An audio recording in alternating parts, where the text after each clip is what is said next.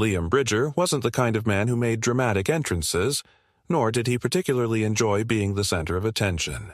But when his old Ford pickup rolled over the gravel crest of the North Ridge that morning, engine humming low, and the silhouette of his ranch finally came into view for the first time in months, the stillness of his return collided with a scene so out of place it took him several seconds to process what he was seeing. His family land, over 100 acres of dry Wyoming soil, split by wind-worn fence lines and dotted with rusting barns and tool sheds, was swarming with people. Cars lined both sides of the dusty access road like a small-town parade had gone off route. Folding tables, canopies, stacked hay bales turned into makeshift seating. It looked like a country fair had been dropped onto his property without warning or permission. And there, in the middle of it all, standing under a shade umbrella, holding a microphone with that familiar, overbearing posture, was Karen Hightower. He didn't slam the brakes, didn't shout, didn't honk. Instead, Liam rolled slowly forward, eyes narrowed under the brim of his hat, gaze sweeping across the scattered crowd. They were older folks mostly, locals from town by the look of them, some examining crates of tools, others pointing at rusted-out tractor parts as if they were museum pieces. Kids ran around barefoot near the edge of the barn, and at least 2 different vendors had set up snack carts near the old water tank. It wasn't until Liam pulled up beside the barn and parked that he truly felt the dissonance. It wasn't a rummage sale. This was a full-blown auction. He stepped out of the truck slowly. His right leg still ached from the surgery, and the cool metal brace on his knee pressed hard against denim with every step. He wasn't supposed to be doing any heavy walking yet, but this couldn't wait. The moment his boots hit the ground, dust puffed up in the sunlight and heads began to turn. A few people squinted in his direction. A couple waved out of reflex, not recognizing him yet. Karen, however, did. Her jaw stiffened before she could stop herself. Still holding the mic, she gave him a curt smile and said into the speaker, "Folks, just give us a moment. Quick break, and we'll resume with the next lot." Liam said nothing. He walked past the picnic tables, past the display of his grandfather's old branding irons laid out like artifacts, and stopped in front of the main barn doors, where a chalkboard read, "Heritage Ranch Auction, Preserving the Past for Future. Generations." He stared at it, silent, then turned back to Karen, who had made her way toward him, clipboard tucked against her chest like a shield. "Karen," he said, voice flat but not hostile, "what the hell is going on here?" "Liam," she replied with a tone that aimed for friendly and fell short, "I wasn't expecting you back so soon. I thought you were still in Colorado." "I was. I'm not now." "Well then," she said with a smile so thin it may as well have been drawn on, "this must be a bit of a surprise. But I assure you everything's being handled with the utmost respect. I've been organizing this preservation initiative for months. The town council loved the idea. Local history, community engagement. This is my land," he cut in, "my barn, my equipment, my family's name on the deed." She flinched, just slightly. "Liam, I understand how it might look, but with you being gone and no clear plan for the property, people assumed you were letting it go. Abandoning it, really. You never returned the letters." "What letters?" "I sent 3 through the county clerk's office. I never got a damn thing. Well, I'm sorry for that. But people needed to act. The community needs space, needs structure, and this place has been sitting in limbo for years. You've been off. What? Moving between jobs, rehabbing your knee, living God knows where. The town thought maybe it was time someone did something with this place before it fully rotted into the dirt." "So, you helped yourself." Karen stiffened again, the faux politeness peeling back just enough to show irritation. "I didn't help myself. I organized a historical event. I cataloged what could be salvaged. I reached out to your distant cousin Frank. He signed a waiver to use the space. You weren't around." Liam laughed, a short, bitter sound that didn't reach his eyes. "Frank lives in Reno and hasn't stepped foot here in 20 years. He has no rights to this land." Karen said nothing. The air around them seemed to slow. The crowd in the background continued murmuring, waiting, eating their kettle corn and lemonade, unaware that they were walking through someone else's stolen legacy. Without another word, Liam turned and walked back to his truck.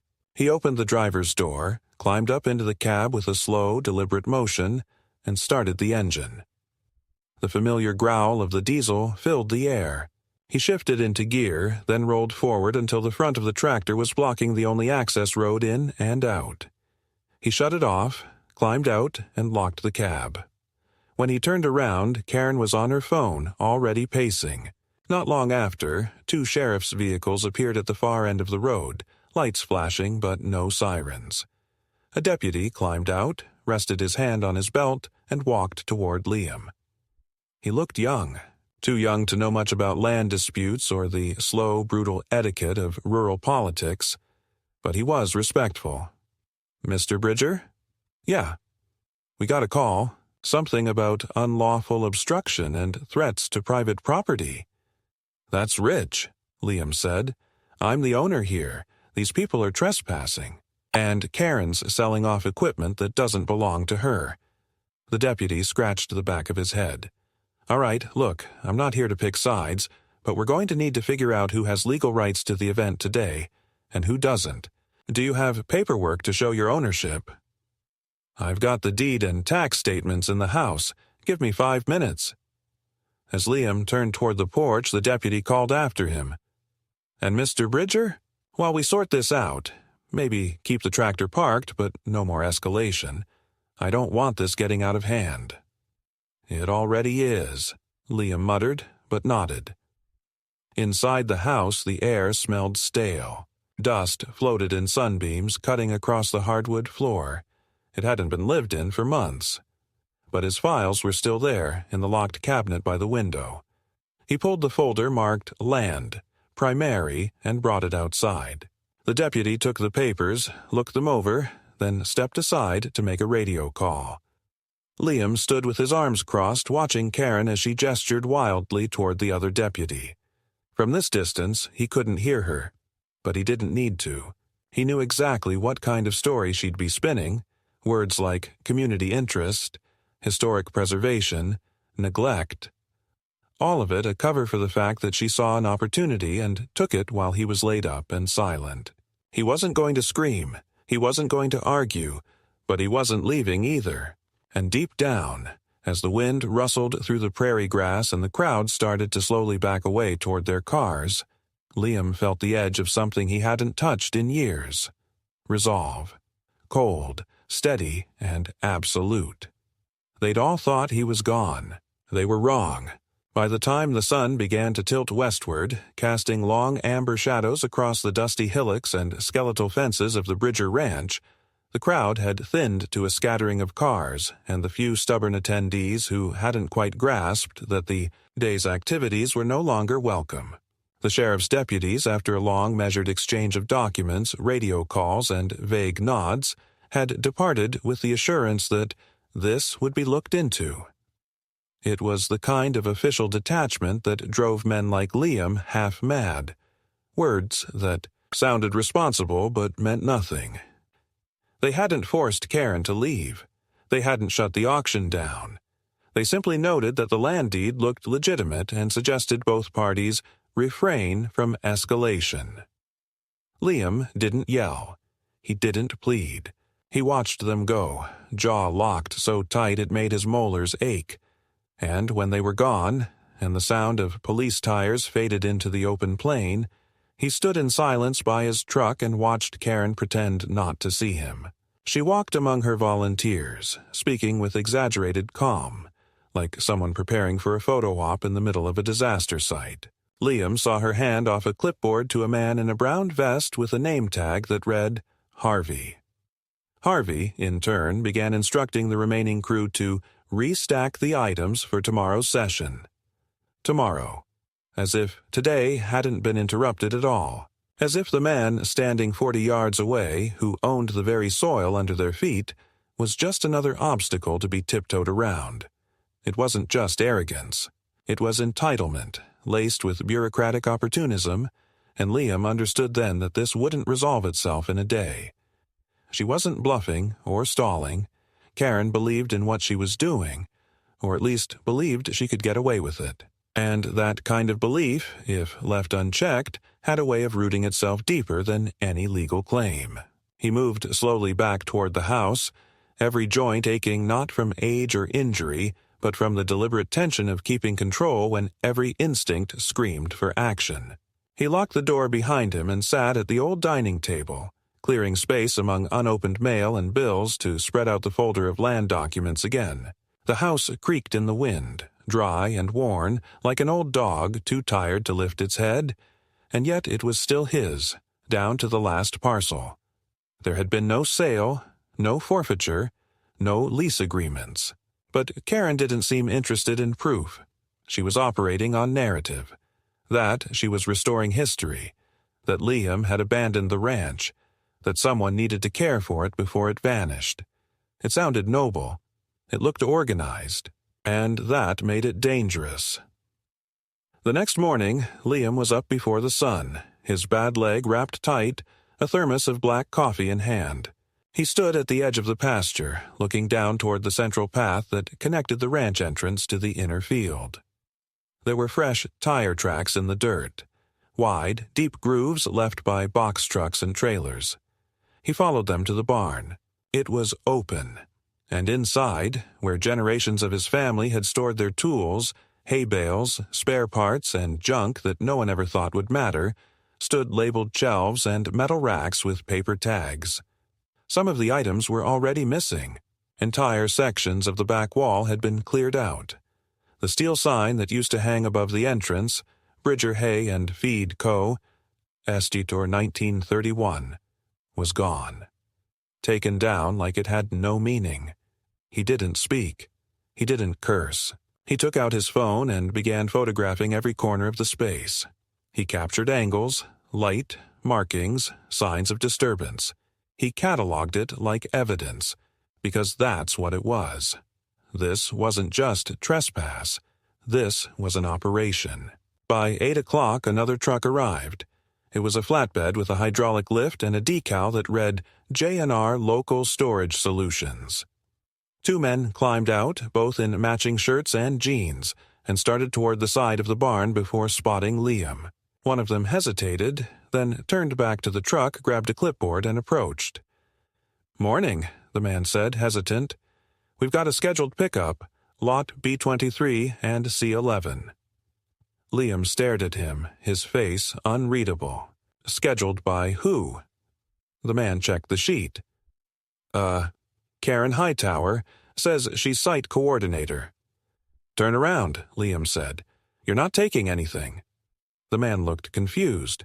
"Sir, we've been paid. We're just movers. And you're trespassing. This is private land. Take your truck and get off it." There was a moment where the mover looked like he might push back. Then he turned, spoke quietly to his partner, and they got back into the truck. It reversed down the road slowly, dust curling in the air behind it.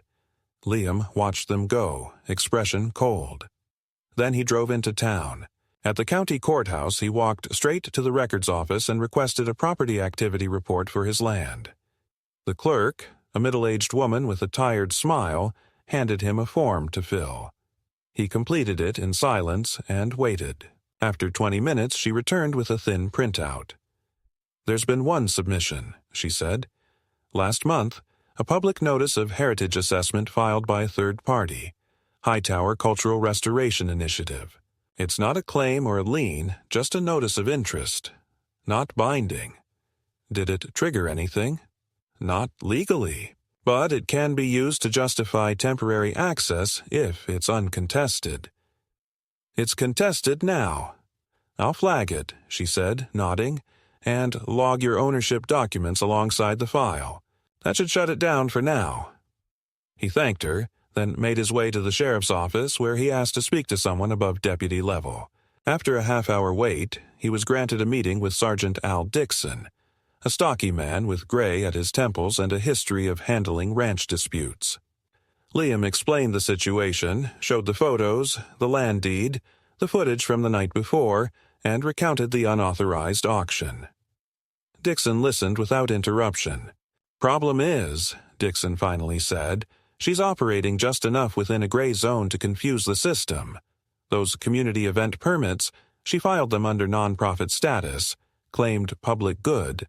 She didn't file with us because she said it was outside town limits. She's clever. She's a thief with a clipboard." "I'm not arguing that," Dixon said. "But to shut her down formally, we'll need a restraining order or a civil injunction. I can get a deputy to stop by and advise her to halt activities. But unless she's caught in the act of theft, my hands are limited." Liam sat back in the chair, the muscles in his jaw tightening. "Do what you can," he said. "I'll handle the rest." Dixon gave him a long look, then nodded once. "Careful how you do that." On the drive home, Liam passed a local newspaper stand. A fresh edition sat under the glass, headline in bold, "Preserving the Forgotten. Locals gather to save historic Bridger Ranch." Beneath it, a photo of Karen smiling, pointing to a rusted plow with schoolchildren nearby. There was no mention of theft, no mention of dispute, just a feel-good story about legacy. Liam didn't stop. He didn't buy the paper, but the image stayed with him the whole way back. When he arrived at the ranch, the tractors were gone, but new visitors had arrived. Curious townsfolk, one man with a camera, a couple parked near the fence, walking among the dirt trails as if it were a nature preserve. He parked, walked into the house, and locked the door. That night he moved everything valuable he could find into the basement. Tools, documents, family heirlooms, the few things they hadn't yet touched. And he didn't sleep. He sat at the window, watching the horizon glow dull under the moonlight, and waited for morning. By the third morning, the air around the ranch no longer felt like his own. It had taken on the texture of something borrowed, compromised, like someone else had moved in while Liam was away and started rearranging the furniture, leaving everything just slightly out of place. Familiar enough to sting, but twisted enough to unsettle. He noticed it in the way his boots struck the porch steps, how the gravel near the gate had been flattened by too many unfamiliar tires, and how the wind carried distant voices from people who didn't belong there, talking like they did. When he walked outside that morning, coffee in hand, the silence he had fought to preserve had already been replaced by a low murmur of conversation and shuffling feet somewhere near the equipment shed. He didn't hurry. He didn't raise his voice. He walked the long way around the barn and saw 4 people he had never met moving through the old tool area like bees in a hive, pulling marked items from rows of salvaged crates, checking lists, and calling numbers to one another. A large laminated board had been set up on the side of the barn with the heading, "Day 3 Lots and Pricing. Authorized Access Only." And below it, the scribbled sign-in sheet with nearly 24 names. None of them his. In the center stood Karen, clipboard in hand, pointing at a pile of tarps covering what used to be his grandfather's saddles and cart gear. He recognized the leather straps with the silver bridle hooks still intact. Faded but untouched until now. She turned as he approached, and for a moment, her expression faltered. Not out of fear or guilt, but out of annoyance, as if he had arrived too early for a scheduled meeting. She didn't offer a greeting this time. She simply said, "Liam, I'd appreciate it if you didn't interrupt the schedule again today. We're already behind." He stared at her for a long moment, then said, "You and everyone else here have 5 minutes to get off my land." Karen sighed in that performative way she had perfected, speaking loudly enough for the others to hear. "This is why we needed to step in. Abandoned properties attract aggression. We're preserving what's left of a historical site. You can't just shut that down because you're having a bad week." Liam's voice dropped, calm and deliberate. "You've removed property. You've altered structures. You've organized public events. You've done it without permission. That's not preservation. That's theft, dressed up in self-righteousness." One of the workers, a younger man in his 20s, glanced between them, shifting uncomfortably. Karen waved him off and walked a few steps closer to Liam, lowering her voice. "Look, I get it. You're angry. You've been out of the picture. But there's a way to solve this. We can talk through the logistics, split a portion of the proceeds, maybe even get a local nonprofit to support a joint stewardship agreement. You keep the land. We maintain the artifacts. It's a win-win." Liam took a half-step forward, just enough to close the polite distance. "This isn't a negotiation. There's no stewardship. There's no profit sharing. What you're doing ends today, and if you or anyone else sets foot back here tomorrow, I won't be calling the sheriff. I'll be calling a lawyer." She straightened slightly, her smile thin as fishing line. "Then I hope you're ready to explain to the county board why you refuse to cooperate with a publicly beneficial initiative. We've got press coverage coming this week. Donors, history groups. Your refusal to engage could come across as, frankly, irresponsible." Liam didn't flinch. "Do what you think you have to. But when the story breaks, it'll include theft reports, witness statements, and photographs of every item taken without consent." She didn't respond immediately, but her eyes sharpened, calculating. Then she turned on her heel and walked away, barking instructions to the volunteers to pause item movement. Liam returned to the house and spent the next hour drafting an incident report to his attorney, attaching photos, names he had gathered from, sign-in sheets, and a request for expedited filing on a cease and desist. The attorney responded within the hour, advising him to formally document every activity for court presentation and to avoid personal confrontations. By noon, a second delivery truck showed up. Liam met it at the gate. The driver, a heavy-set man with tired eyes, handed him an invoice from Prairie Point Logistics for a scheduled pickup of archival items from Karen Hightower, field manager.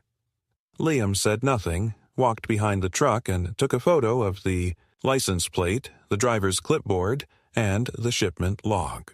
Then he told the driver flatly, "You're not crossing this gate. This road is private. There's an ongoing legal dispute. Leave now, or I'll have to log you for unauthorized access." The man didn't argue. He wasn't paid to argue. He climbed back in and reversed out with slow precision, dust rising behind him in long, quiet trails. That evening, Liam walked the property line, noting new markers, small flags placed near the edge of the southern lot with plastic stakes and bright orange tape.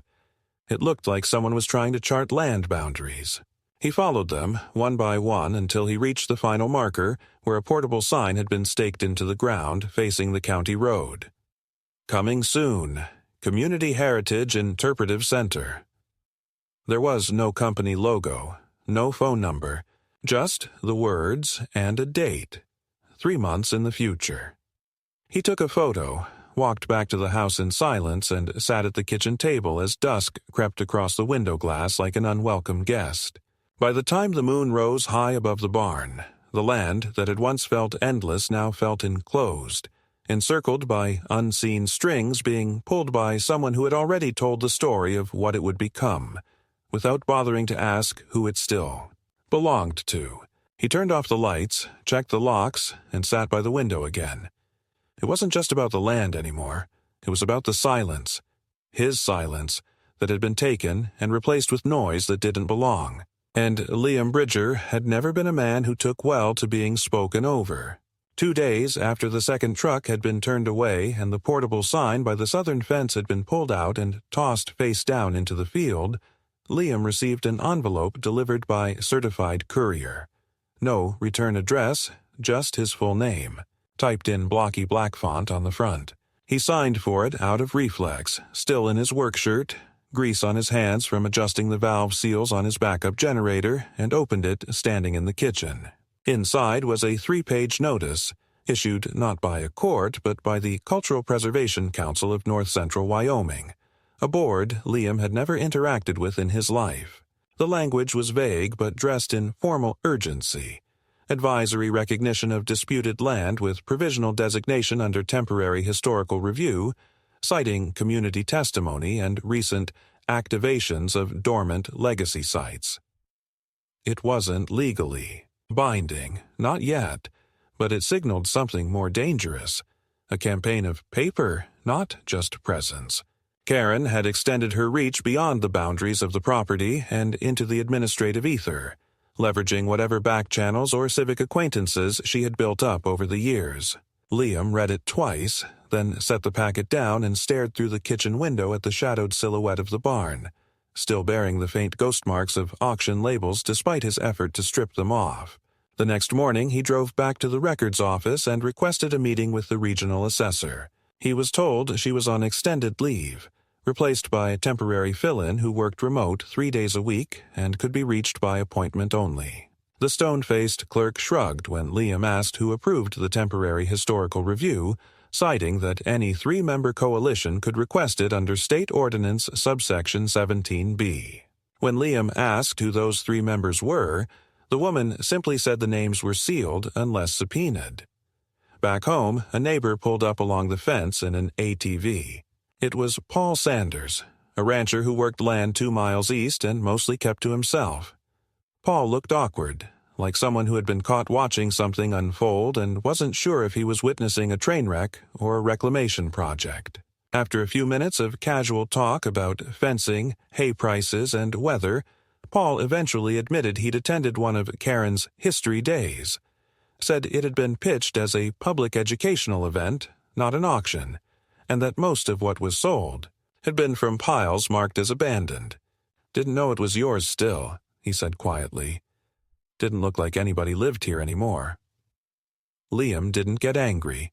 He just nodded. Then he asked Paul if he remembered what else was said, who else attended, and whether there had been any mention of legal ownership. Paul hesitated, then said Karen had shown a hand-drawn map of the area, a kind of mock-up timeline that claimed Liam's ranch had once been part of a larger township project in the early 1900s, long since defunct. She said there was no active deed on file. Paul added that it was all in probate or dispute. Liam showed him a copy of the current land deed, the latest tax receipts, and the notarized survey from 6 years ago. Paul looked at the papers, then looked away. "You should talk to Dale Whitman," he said. "He was here too. Said some of those old tool chests matched what his dad donated to the local museum. Might be a pattern here." Liam nodded and wrote the name down. That evening, Liam contacted his attorney again and asked for a full audit on Karen Hightower, her known ventures, property involvement, any prior incidents of legal conflict. He also requested a direct consultation with a land use specialist. By the next afternoon, the attorney had responded with a short summary. Karen had co-chaired 3 nonprofit events in the past decade, all of them involving community repurposing of derelict rural sites. In 2 cases, property owners filed grievances after the fact, citing unauthorized removal of materials. In one case, a civil suit had been dismissed due to procedural failure by the plaintiff. No criminal charges. No recorded court decisions against her. She was smart, kept just inside the limits of legitimacy, always framed her actions as civic gestures, always leaned on paperwork that sounded official enough to delay direct accountability. Liam's land use specialist, a sharp-tongued woman named Brenna Kane, examined the preservation notice and told him bluntly, "It's fluff, but dangerous fluff. It clogs the system. It's like someone painting warning signs on your door that aren't real, but they slow the response when you scream for help. If you want to end this, you need a countersuit, injunction, and a claim of unauthorized access. Don't just say no. Say no with legal volume." The next morning, Liam stood at the edge of his barn, watching a silver SUV crawl up the path toward his house. It wasn't a delivery truck. It was clean, newer model, windows tinted. When it stopped, a man in a blue vest stepped out holding a clipboard and a branded folder. "Mr. Bridger," he said, stepping forward with the practiced calm of a man who delivered bad news for a living. "I'm with Meadowfield Public Works Liaison Office. We received an application from the Heritage Initiative Group concerning road access permissions for educational events on this route. I'm here to review terrain compliance." Liam cut him off with a single motion.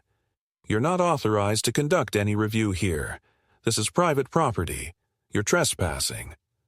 The man gave a rehearsed smile, not rude, just immune to confrontation.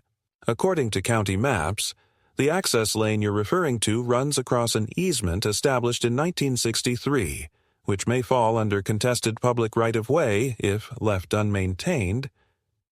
That easement was dissolved by survey correction in 1991, Liam Imam snapped. "And I have the notarized document to prove it. You can confirm it with the assessor's office if they bother to pick up the phone." The man faltered slightly, the edge of his confidence dented. He nodded once, turned without further argument, and left. Liam watched him go, then walked the perimeter again, noting new chalk marks on the ground near the shed. Someone had been back during the night. Not stealing, marking, planning. He didn't sleep that night. Instead, he copied every document he had, laid them out on the floor of the kitchen in careful order, and mapped the entire progression. First the auction, then the volunteer presence, then the trucks, the sign, the preservation order, and now the road claim. Each piece by itself seemed small, defensible, bureaucratically bland. But together they formed something far more deliberate, a calculated dismantling of ownership under the cover of public service. The next morning, he drove into town and submitted the lawsuit. Civil trespass, unauthorized removal, fraudulent representation of property. The clerk didn't blink, just stamped it and told him the hearing date would be assigned within 2 weeks. And as Liam walked back out into the dusty sunlight, passing the same gas station and hardware storefronts he'd seen his entire life, he realized with a bitter kind of clarity that no one around him knew, or likely cared, how close his land had come to being stolen not with violence or force, but with charm, paperwork, and an agenda masked as a mission. And that made him more determined than ever not to let it happen quietly. The lawsuit changed the atmosphere almost immediately, not because Karen backed down, far from it, but because the casual presumption of her control over the ranch started to erode in small, almost imperceptible ways, like the slow shifting of wind before a storm. The next morning, fewer cars were parked along the lower field. The snack vendors didn't return. The plywood signs that had once stood confidently by the roadside now leaned slightly, one of them fallen into the ditch, ignored and uncollected. Yet Karen herself remained visible and undeterred, still walking the perimeter like a forewoman on a job site, clipboard in hand, issuing quiet instructions to her remaining volunteers, who moved slower now, less confidently, occasionally glancing toward the house where Liam stood each morning with arms folded, watching. She no longer tried to approach him, nor did she acknowledge him with the passive-aggressive civility she'd once performed so well. Now she operated as if he wasn't there at all, a deliberate tactic that didn't fool him for a second. Ignoring someone is still a form of control, one that aims to isolate, invalidate, and frame their objections as irrelevant. But Liam wasn't interested in acknowledgement anymore. He was building something stronger than protest. A case. His attorney, Brenna Kane, had filed the civil complaint under 3 legal arguments: unauthorized entry, illicit possession of private assets, and willful misrepresentation to third parties resulting in reputational and financial harm. The documentation Liam provided, photos, footage, written logs, statements from neutral witnesses like Paul Sanders, had been enough to secure a preliminary restraining order against further public events on the property, pending full court review. The judge's tone had been cautiously favorable, citing the ambiguity of Karen's nonprofit structure and the suspicious lack of any formal communication with Liam prior to the so-called activation of the site. Karen's legal response arrived 2 days later in the form of a brief but slick counterclaim that attempted to argue constructive abandonment, referencing old satellite images showing overgrown fields and disuse, as well as public testimony citing community concern over neglected historic sites. It was a thin defense, but it was strategic, framing Liam not as a victim, but as an absentee landholder whose inaction had forced others to act. And this, Brenna explained to Liam during a late-night phone call, was precisely the narrative that could sway a county board, especially one under pressure from local historical groups or donors looking for a legacy project to attach their names to. "It's not about whether she's right," Brenna said flatly. "It's about whether she's useful." That phrase stuck in Liam's head the entire next day as he drove the perimeter in his ATV, inspecting every inch of the property line. At the northeast corner, near a cluster of cottonwoods, he found 2 fresh holes dug into the earth, each roughly 6 inches wide and 3 feet deep. Survey markers. Someone was mapping again. He photographed them, logged the coordinates, and called the sheriff's office, where a deputy promised to send someone out in the next day or 2. Liam didn't wait. He filled the holes with concrete and placed an iron pipe in each, painted bright red, then attached a small metal plate engraved with his property number. If someone came back, they'd know he wasn't passive. That night, while reviewing some older documents in his office, Liam discovered a letter from 10 years prior, an old grant rejection from the state's Agricultural Revitalization Fund. At the time, he'd applied for fencing and soil treatment subsidies, hoping to bring in seasonal grazing. The rejection had cited prior interest in the territory by Heritage Conservancy proposals, with one footnote naming an individual. K. Hightower. It had been the first attempt. He hadn't even noticed it then, but now it was undeniable. She'd had her eye on this land for over a decade. Later that week, while on a supply run into town, Liam stopped at the local post office to retrieve a certified letter. Inside was a notice of inquiry from a media production company based out of Denver. The letter said they were interested in filming a documentary segment on rural land recovery and historical storytelling, and had been referred to his ranch through a civic partner initiative involving Karen's organization. Liam laughed aloud at the phrasing, the absurdity of it, the sheer gall of being invited to participate in the erasure of his own claim. He didn't respond. Instead, he forwarded the letter to Brenna and attached a handwritten note. "They're trying to film a crime scene like it's a wedding." She replied with a single line. "They're building optics. We build proof." Proof came 2 days later in the form of a missing trailer. One of Liam's older storage rigs, a flatbed rusted along the joints but still containing old crates of sealed farm equipment, was gone from the lower pasture. He hadn't noticed it right away because the area was overgrown, but a missing rut in the grass and a dent in the wire fencing gave it away. He checked his trail cam footage and caught the tail end of the removal. 2 men, no visible plates, no uniforms. He called the sheriff's office again, and this time they responded within 3 hours. Deputy Callan took the report seriously, walked the grounds with him, took photos, and reviewed the footage. "This," Callan said, "is grand theft. The value doesn't have to be high. This was unauthorized removal of secured property." Liam nodded. "And the lock?" "Bolt cut," Callan confirmed. "We'll file it. But if you want charges, we'll need witnesses or receipts. And if they claim it was discarded or communal, it muddies everything." Liam didn't reply. He just looked out over the fields that had once held everything his grandfather had built and tightened his jaw. The following morning, Liam contacted 2 local auction houses and asked for any records relating to consigned goods from a Karen Hightower or anyone affiliated with the Heritage Initiative. The first gave him nothing. The second, a smaller operation run by a man named Walter Nix, confirmed that some items had recently passed through, mostly tools, unlabeled crates, an old wooden sign with partial paint reading Brid. Liam requested copies of the consignment slips.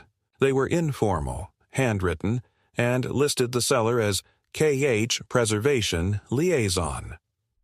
Walter seemed embarrassed. "Didn't think much of it," he admitted. "Thought it was some salvage from a legal reclamation. If I'd known." "You do now," Liam said. He forwarded the receipts to Brenna, who began building the evidentiary chain of removal. Later that week, Karen posted a message on a local community bulletin board online. not directly naming Liam, but clearly referencing him. It read, "We've encountered resistance from individuals who've chosen to prioritize solitary ownership over shared legacy. It's heartbreaking to see history locked away by ego, but we remain committed to our mission of access, education, and honor." The comments were mixed. Some praised her vision. Others questioned the legality. One man wrote, "Did you even ask the guy before you started selling his barn?" That comment vanished within the hour.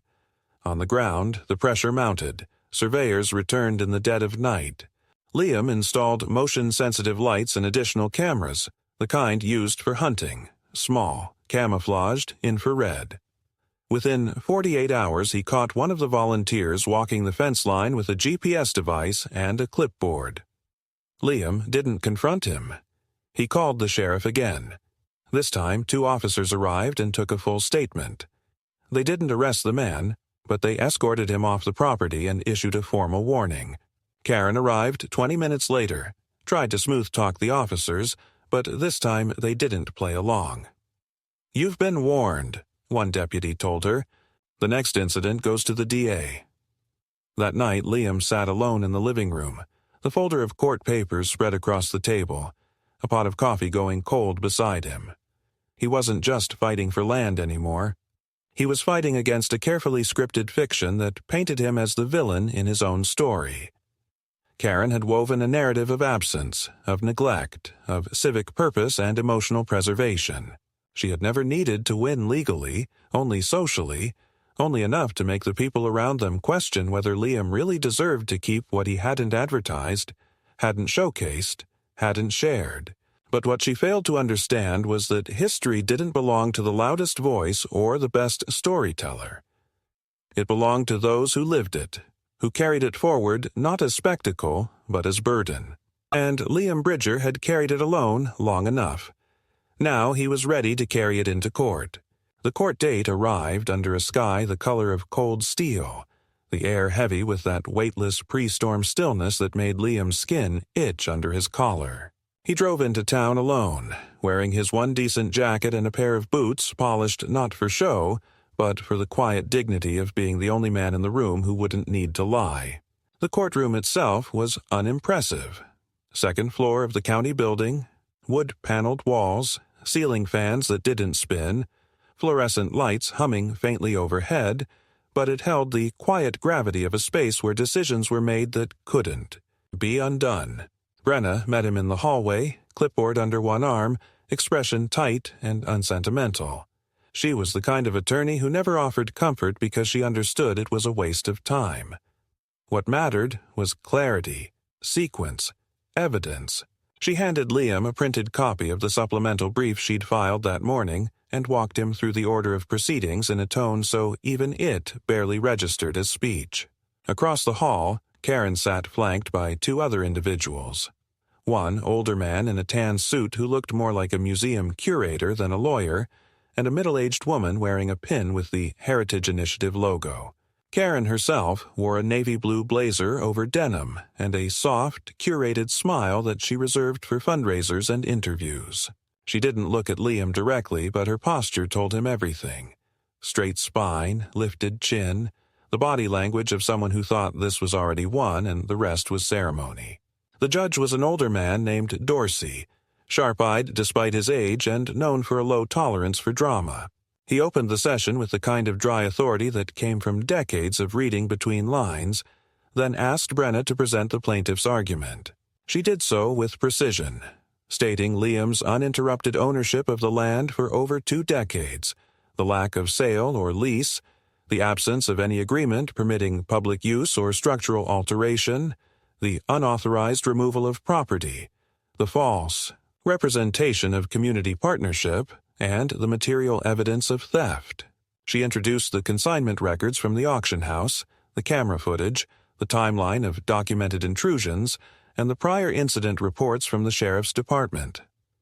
Her voice remained measured, not once appealing to emotion. When she finished, she sat down and opened her notes again, unconcerned by the lack of reaction from the bench. Karen's lawyer rose and began to speak in a tone meant to sound warm and reasoned, positioning the Heritage Initiative as a well-meaning organization that had stepped in where it believed abandonment had created a public hazard. He referenced environmental degradation, cited anonymous community concerns, and tried to frame the auction as a miscommunication rather than a violation.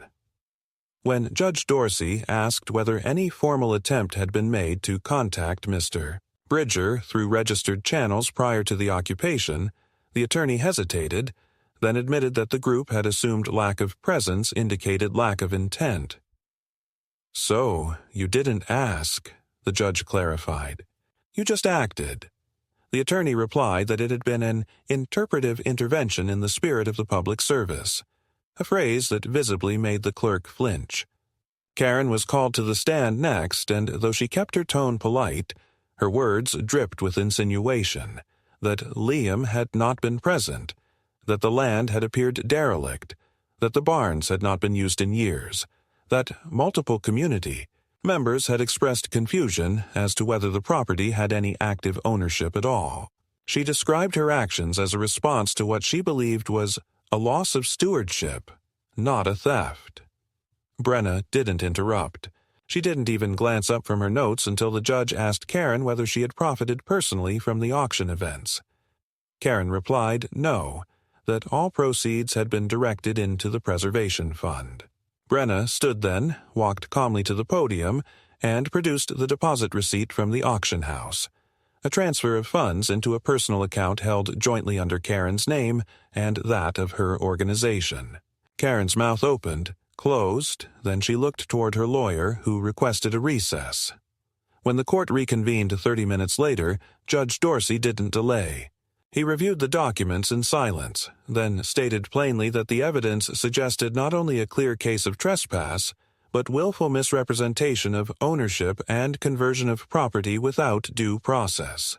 He stopped short of criminal accusation but stated for the record that his ruling would recommend the matter be referred to the district attorney for further review. He granted the injunction Liam had requested, ordered immediate cessation of all activities associated with the Heritage Initiative on Bridger land, mandated return or restitution for any items removed, and allowed for civil damages to be calculated. In a separate proceeding, Karen sat stiffly, her smile gone, her hands folded tightly in her lap. Her lawyer made a half-hearted attempt to protest the language of the ruling, but the judge waved it off. "Your client operated on the assumption that no one would challenge her version of reality," he said. "She was mistaken." Liam didn't gloat. He didn't smile. He simply nodded once to Brenna as they gathered their things and walked out of the courtroom. Outside, the wind had picked up, and the sky had begun to split open with slow, cracking thunder. It felt like something had shifted, not just in legality but in weight, in balance. For weeks, Karen had tried to turn his silence into absence, his restraint into apathy. But now the silence spoke louder than her justifications ever could.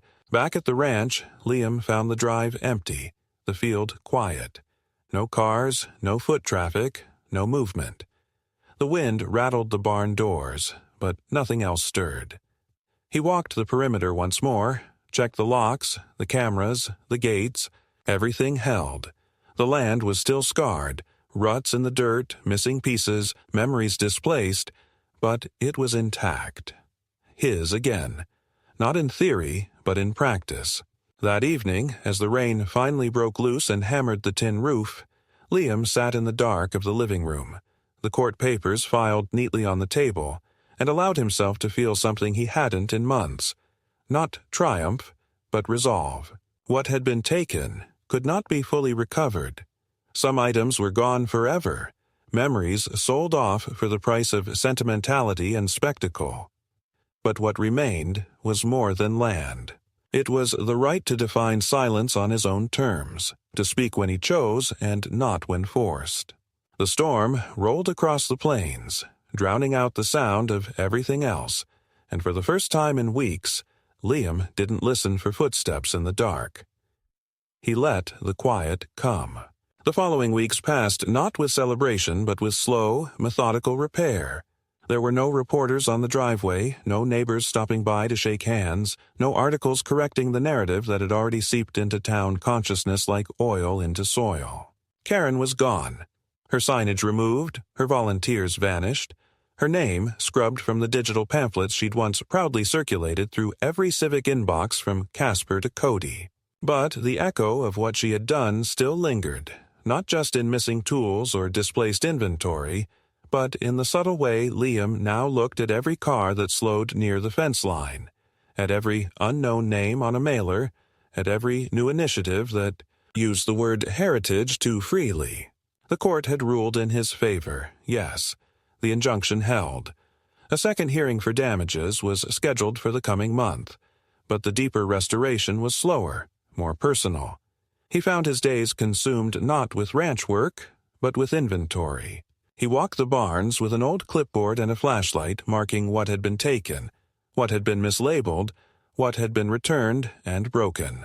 Several crates had reappeared during the night in the weeks following the ruling, left anonymously near the gate, poorly stacked, the contents inside jostled and scraped. A cracked bridle, a chipped branding iron, a shattered mason jar of family photographs. Apologies weren't included. Brenna advised him to log everything and submit it to the court-appointed assessor for valuation. Liam did, without comment. He no longer needed to speak to prove his case. What mattered was consistency. His presence on the land, his control of its rhythms, his refusal to be turned into an absence ever again. Word spread, slowly, that the ranch was no longer a community project. Some of the louder voices on the local boards moved on to other crusades. A few issued quiet apologies, second-hand, vague. Most didn't speak at all. Karen herself released a single statement through her group's newsletter, describing the events as a misalignment of vision, and confirming the dissolution of the Bridger project in light of unforeseen legal complexities. No direct responsibility. No mention of Liam's name. She faded from view with the same performative detachment with which she had arrived. For Liam, closure didn't come in one moment. It came in the quiet repairs. The day he re-welded the gate hinge she'd broken when her crew brought in the flatbeds. The afternoon he replaced the old lock on the lower tool shed and installed a keyed entry system that reported every access. The morning he pulled the last of her steaks from the southern pasture and threw them into the burn barrel without ceremony. Each act restored not just function, but ownership, tangible proof that the land was his to care for, and his alone. But not everything could be restored. The missing sign, the heirloom box sold off at auction, the absence of objects that had no monetary value but held decades of meaning, those remained gone, and Liam chose not to chase them. Some losses weren't meant to be recovered. They were meant to be remembered, held as proof that vigilance was no longer optional. One night a letter arrived without a return address postmarked from out of state. Inside was a brief note written in uneven script. I bought a box at the auction. Had some letters with your grandfather's name. Didn't know it was stolen. Sending them back. The package included 4 water-damaged envelopes, old ink smeared but legible. Liam read them by lamplight at the kitchen table, the voices of men long gone returning to the surface like old fence posts unearthed by flood. He didn't know who had returned them, and he didn't try to find out. It was enough to know that some things at least had found their way home. In time, the court awarded him modest damages. Not enough to cover every loss, but enough to mark the violation officially, legally, permanently. It was a matter of record now. Karen's initiative dissolved. Her funding dried up. He heard secondhand that she'd moved operations out of state. Someone else's town would be next. But not his. Never again. And on the first real day of spring, when the thaw was just beginning and the land began to breathe again under the melting frost, Liam stood on the porch with a mug of black coffee and watched the morning mist roll off the pasture. No trucks, no strangers, no voices but the crows overhead and the creak of old timber settling into silence. The ranch was his, not just on paper but in rhythm, in breath, in the steady quiet that could not be faked. He had fought for it, not with spectacle or force, but with the weight of his own enduring presence, and now, finally, it was enough.